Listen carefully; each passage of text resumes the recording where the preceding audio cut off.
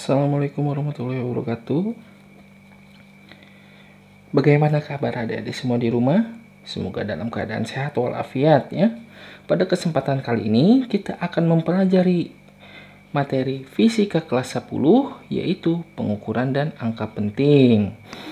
Nah, di sini semoga adik-adik tidak asing dengan kata pengukuran ya. Karena pengukuran itu adalah materi yang telah dipelajari oleh adik-adik di kelas 7 ya, ketika SMP gitu ya, atau MTS yang di MTS. Nah, selain itu pengukuran juga sangat berkaitan erat dengan kehidupan kita ya, atau kita sangat sering melihat tentang pengukuran. Misalkan kita jalan-jalan ke supermarket. Nah, di supermarket misalkan kita belanja telur atau belanja buah-buahan. Nah, telur itu kemudian kan ditimbang dulu, di buah-buahan juga ditimbang dulu. Ditimbangnya memakai apa? Nah, ditimbangnya memakai ya neraca digital. Nah, pengukuran itu sangat penting itu. Kaitannya dengan kehidupan kita. Tukang bangunan, bagaimana cara membuat rumah. Terus kita sekarang kondisi saat ini nih, terutama di kota-kota besar, ketika memasuki gedung ditembak dahulu kepalanya, ya kan? Iya, ditembak dulu. Pakai apa itu? Pakai termometer inframerah, itu ya, untuk mengukur suhu tubuh kita, gitu. Nah, kita langsung aja ke materi. Di sebelah kanan layar adik-adik itu terdapat sebuah lapangan basket. Nah, di sini apa yang dapat adik-adik jelaskan jika diminta untuk mendeskripsikan lapangan basket yang ada di samping layar? Nah, misalkan ada yang menjawab bentuknya, ada yang menjawab lagi panjang dan lebar lapangan basketnya. Nah, di sini ini memang jawaban yang diharapkan gitu ya, panjang dan lebar lapangan basket. Nah, maka diharapkan timbul pertanyaan lagi. Bagaimana cara mengetahui panjang dan lebar lapangan basket? Ya jelas dengan melakukan pengukuran. Nah, bagaimana melakukan pengukurannya? Nah, itu bagaimana cara melakukan pengukurannya? Ya, dengan memilih alat ukur yang tepat, gitu kan? Alat ukur kan banyak. Alat ukur panjang misalkan ada apa? Meteran, penggaris. Terus apa lagi? Tangan kita, jengkal kita, gitu kan? Tinggal bagaimana kita memilih alat ukur yang tepat, gitu kan? Nah, dari sini timbul pertanyaan lagi. Apa sih yang diukur dalam pengukuran itu sebetulnya? Nah, untuk menjawab pertanyaan ini, mari kita simak penjelasan berikutnya. Misalkan si Indra Susanto telah melakukan pengukuran lapangan basket. Didapati panjang lapangan basketnya itu 22 meter. Terus lebar lapangan basketnya 13 meter. Nah, di sini panjang dan lebar itu mewakili apa sih? Panjang dan lebar itu adalah sebagai besaran. Itu kan? Sebagai besaran.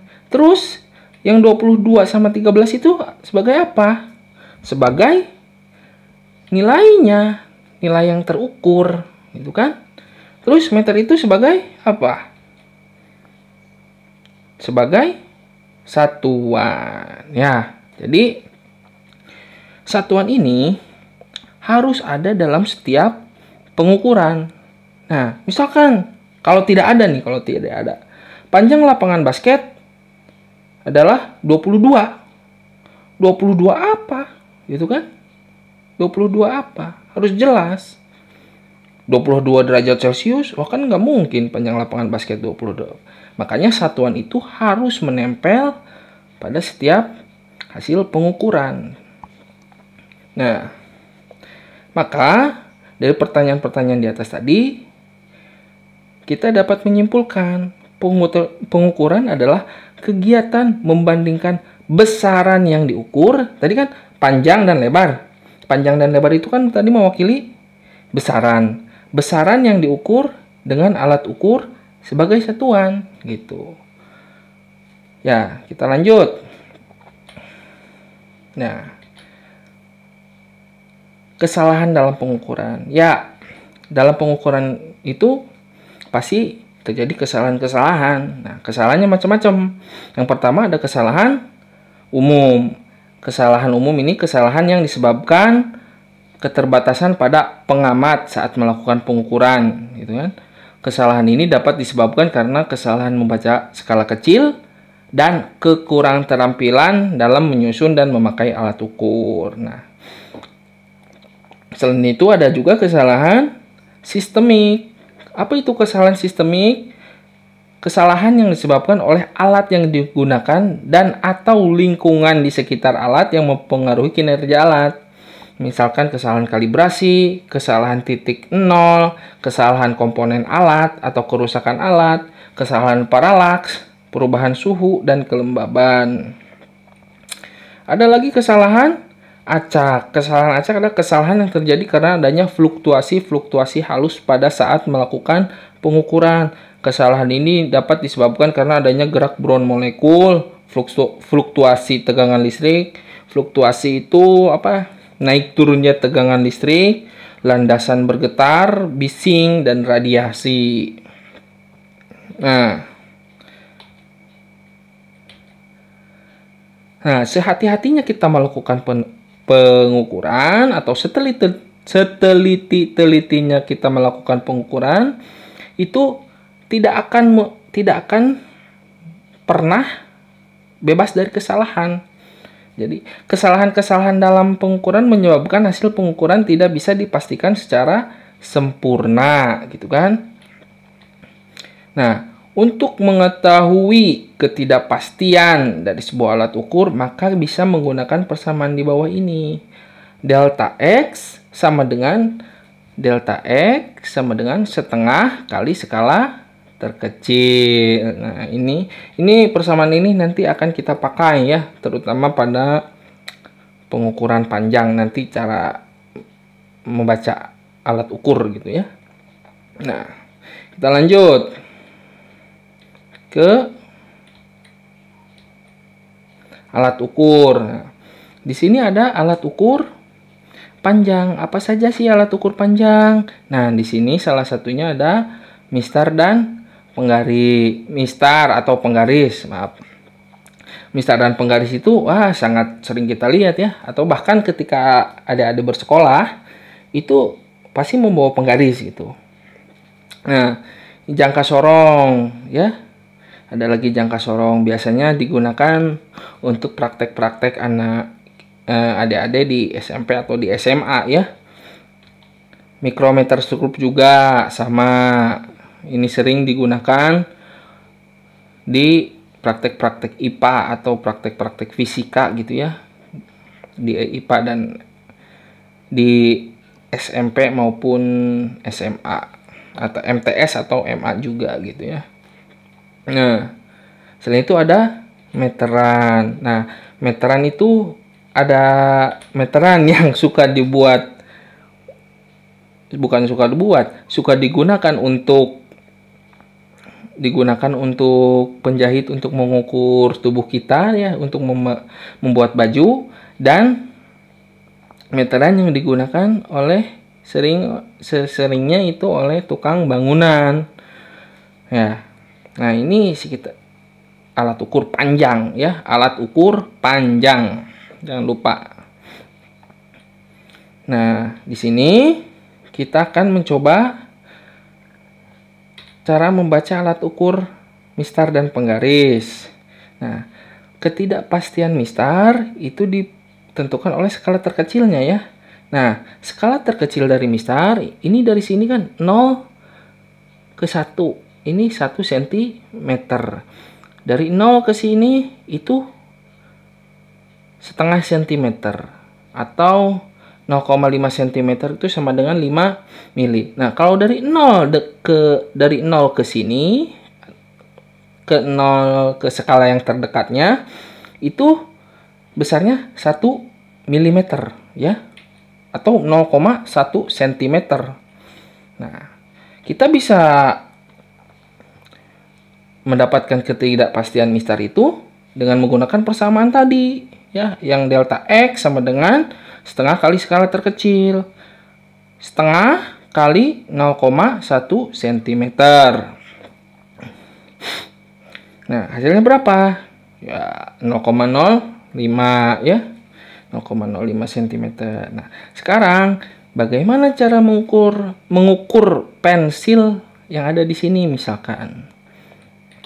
Nah, hasil pengukuran pensil di atas ya. Di sini hasil pengukuran pensil di sini. Kita bisa menggunakan X sama dengan X0 plus delta X. X. Misalkan kita lihat dulu. Nih. Ini ada di mana? Di sini 6.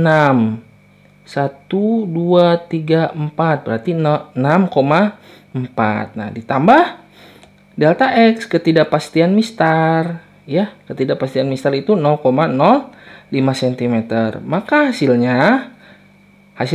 pengukurannya adalah 6,45 ya, dengan keterangannya seperti di bawah. X sama dengan hasil pengamatan, X0 sama dengan angka pasti atau delta X, dan delta X adalah ketidakpastian. Nah, lanjut kita ke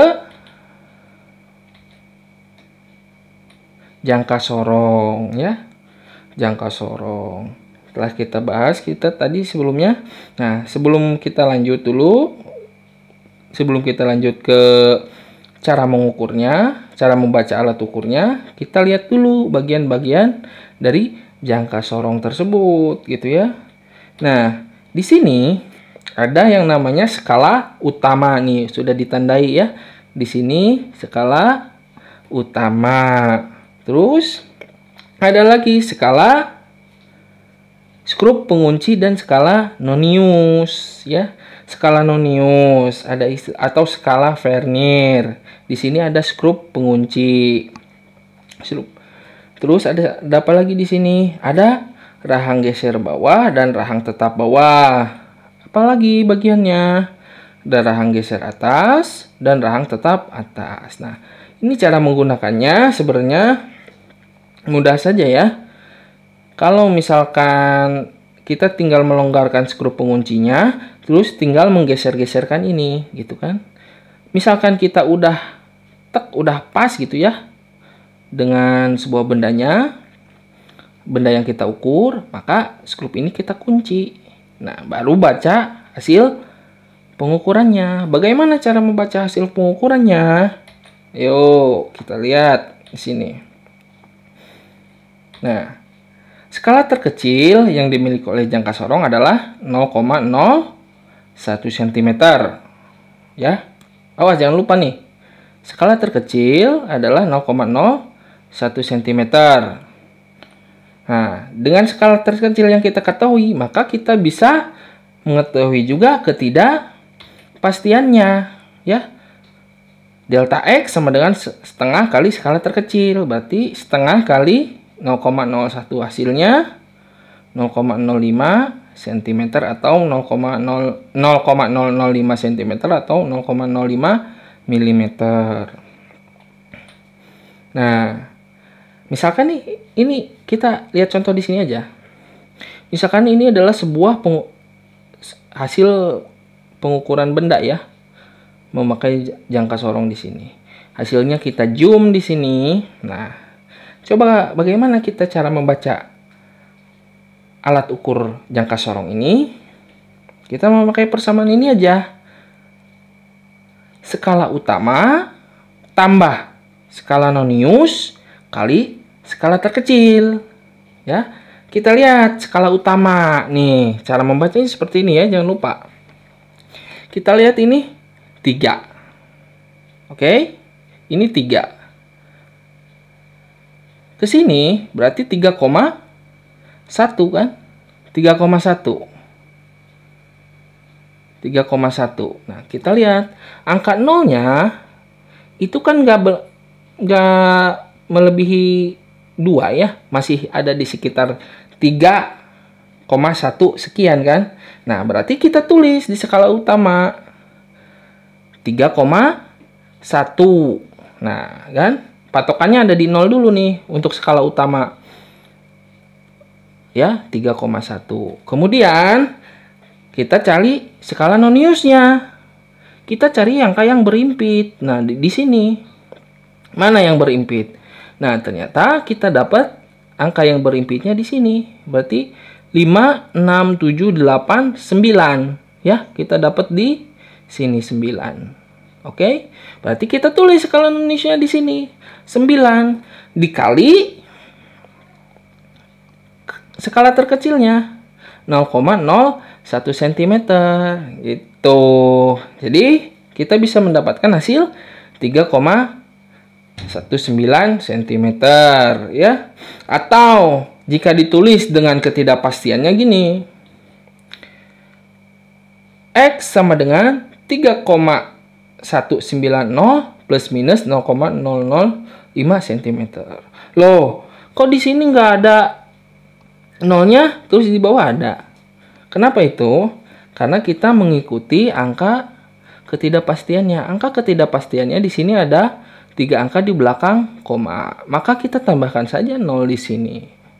Toh, menambahkan 0 di belakang koma itu tidak mempengaruhi nilainya, gitu kan?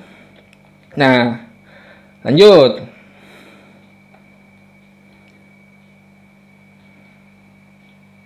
Ke mikrometer skrup. Nah, mikrometer skrup. Sama kita lihat dulu bagian-bagiannya. Nah, di sini ada skala utama. Oke. Skala utama. Terus di sini ada skala nonius. Terus di sini ada pemutar ya. Maksudnya untuk memutar, membuka atau melebarkan atau mengecilkan jarak antara si rahang geser dan rahang tetap. Di sini ada pengunci ya, biasa sama kayak jangka sorong supaya tidak gerak-gerak lagi ya. Ininya apa? Rahang gesernya supaya tidak gerak-gerak lagi. Ini ada rahang geser di sini dan di sini ada rahang tetap. Oke. Bagaimana cara membaca alat ukur mikrometer skrup? Ya, sama. Dalam mikrometer skrup, dari 0 ke 1 itu hitungannya 1 mm nih. Dari 0 ke 1 hitungannya 1 mm. Oke? Perhatikan baik-baik. Nah, dan di sini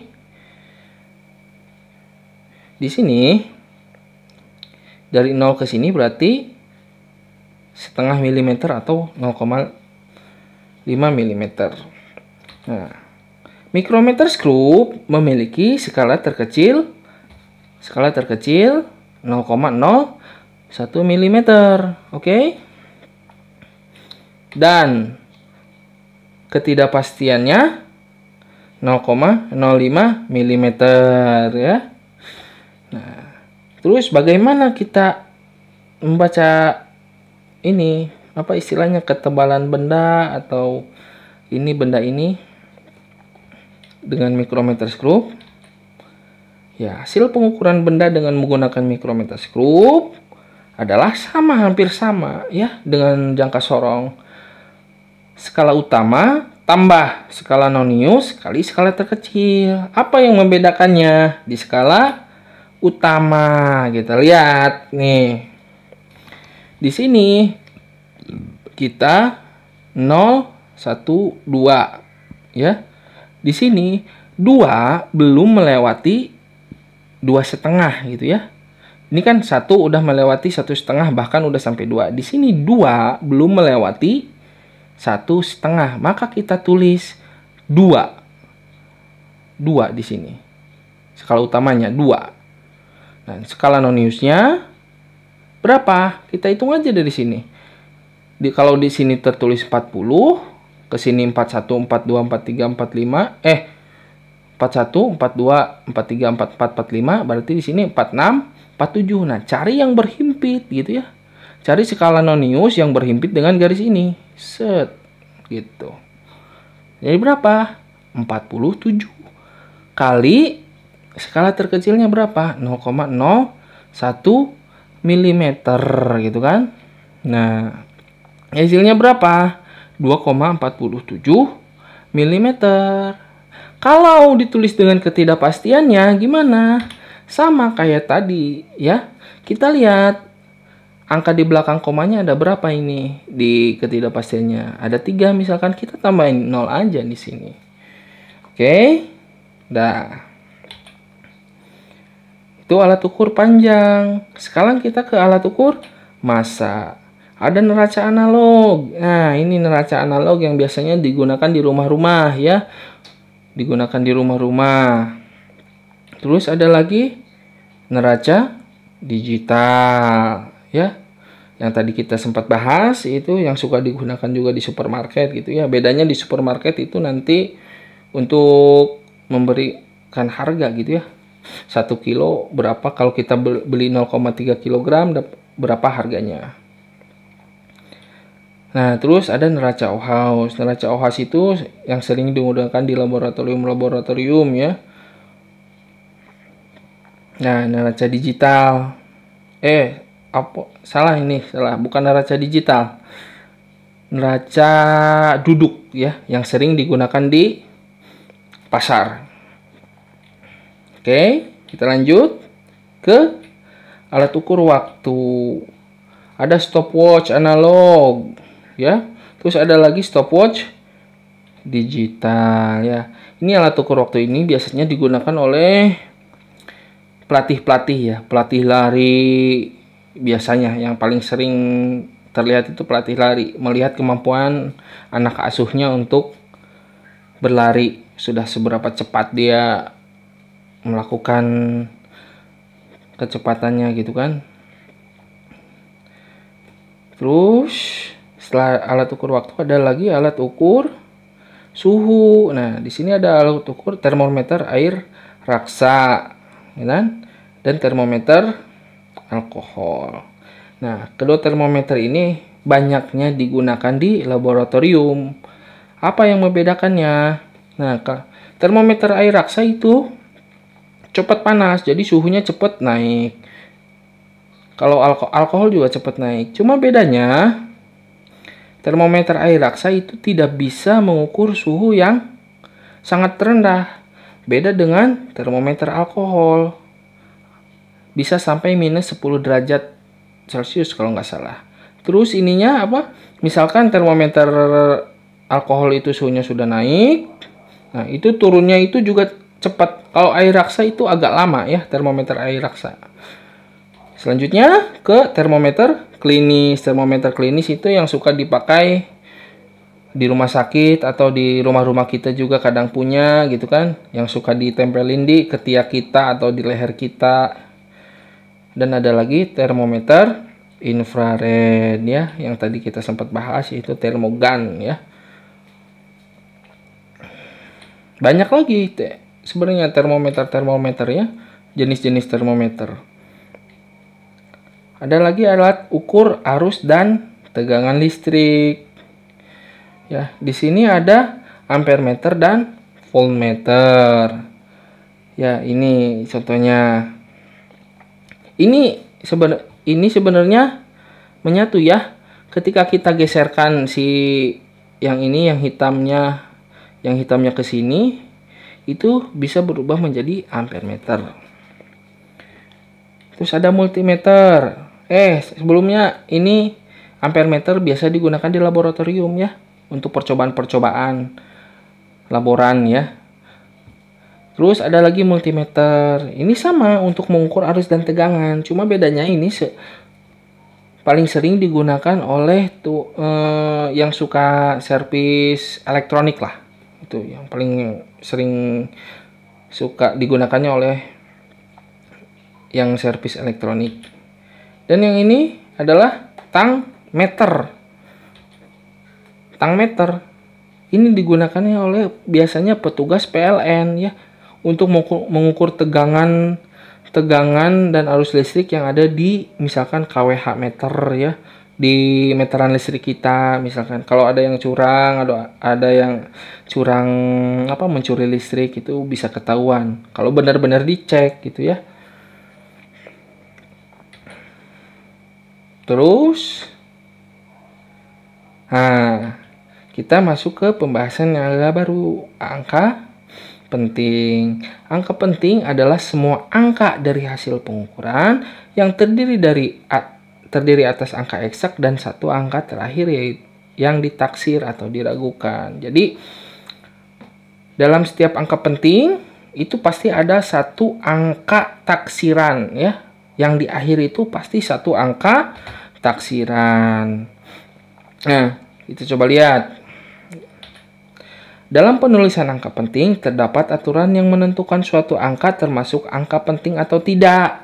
Ya, jadi terdapat aturan-aturan angka penting ya yang harus kita ketahui. Apa itu? Apa saja itu aturannya? Aturan angka penting. Apa aja? Yuk, pertama, semua angka bukan 0 adalah angka penting ya. Contohnya 123 cm.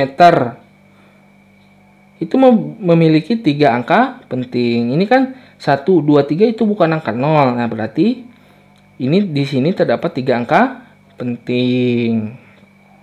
Terus ada lagi 12,34 mm. Nah, ini kan bukan 0 semua nih. Berarti di sini semuanya angka penting. Jadi 12,34 mm memiliki 4 angka penting. Nah, ada lagi aturannya nih. Angka 0 yang terletak di antara angka bukan 0 adalah angka penting. Contohnya 203 second. Nah, 203 second. Angka 0 yang terletak di antara bukan 0, 2 dan 3 adalah angka penting. Jadi di sini terdapat 3 angka penting. Tuh, 10,04. Ya, berarti di sini terdapat 4 angka penting karena 0 yang 2 ini terletak di antara angka bukan 0, 1 dan 4, memiliki 4 angka penting. Ya. Terus ada lagi angka 0 yang terletak di sebelah kanan tanda desimal dan mengikuti angka bukan 0 adalah angka penting. Coba perhatikan dengan baik ya. Angka 0 yang terletak di sebelah kanan tanda desimal dan mengikuti angka bukan 0 adalah angka penting. Nih contohnya 2,0380. Angka 0 yang terletak di sebelah kanan desimal mengikuti angka bukan 0, 2, dan di sini mengikuti angka 8 adalah angka penting. Jadi di sini semuanya juga angka penting. 2,0380 gram. Ya, oke. Paham ya? Semoga paham. 10,40. Ingat, angka 0 yang terletak di sebelah kanan tanda desimal. Sebelah kanan kan? Ini tanda desimal di sebelah kanan nih. Berarti angka 0 yang ini. Dan mengikuti angka bukan 0. Nah, mengikuti angka 4. Berarti bukan 0 kan? Berarti itu yang ini angka penting. Ya. Jadi di sini 10,40 kg memiliki 4 angka penting. Nah, ada lagi. Angka 0 yang terletak di sebelah kiri angka bukan 0. Nah, berarti ini kebalikannya nih. Angka 0 yang terletak di sebelah kiri angka bukan 0, baik yang terletak di sebelah kiri maupun sebelah kanan desimal adalah bukan angka penting. Nah, kita lihat contohnya nih. Nah, angka 0 yang terletak di sebelah kiri angka bukan 0. Berarti ini nih. 0,238 gram memiliki 3 angka penting. Kenapa? Karena dia terletak di sebelah kiri. Angka bukan 0. Oke. Nah, di sebelah kiri maupun sebelah kanan desimal, ya kan? Ada lagi lanjutannya. Coba kita lihat lagi. 0,002. Ini angka nolnya ada 3 nih. Semuanya berada di sebelah kiri. Semuanya berada di sebelah kiri. Angka bukan 0, ya kan? Di sebelah kiri angka 2. Yang satu itu di sebelah kiri desimal, dan yang 2 di sebelah kanan desimal. Itu tetap bukan angka penting. Jadi di sini terdapat 3 angka penting. Penulisan angka penting dengan notasi garis bawah akhir pada angka yang digarisbawahi. Penulisan angka penting dengan notasi garis bawah. Oh, ini harusnya koma nih di sini nih. Berakhir pada angka yang digarisbawahi. Misalkan 1320 mm. Nah, di sini ada garis bawah di angka 2. Berarti angka pentingnya berakhir di angka 2. Berarti 1320 mm memiliki 3 angka penting. Oke, lanjut. 1000 cm. Nah, kita lihat ini hal yang berbeda ya. Di sini garis bawah berada di sini, di angka 0 setelah 1 ya. Nah, di sini berarti 1000 cm yang ini memiliki 2 angka penting. Oke.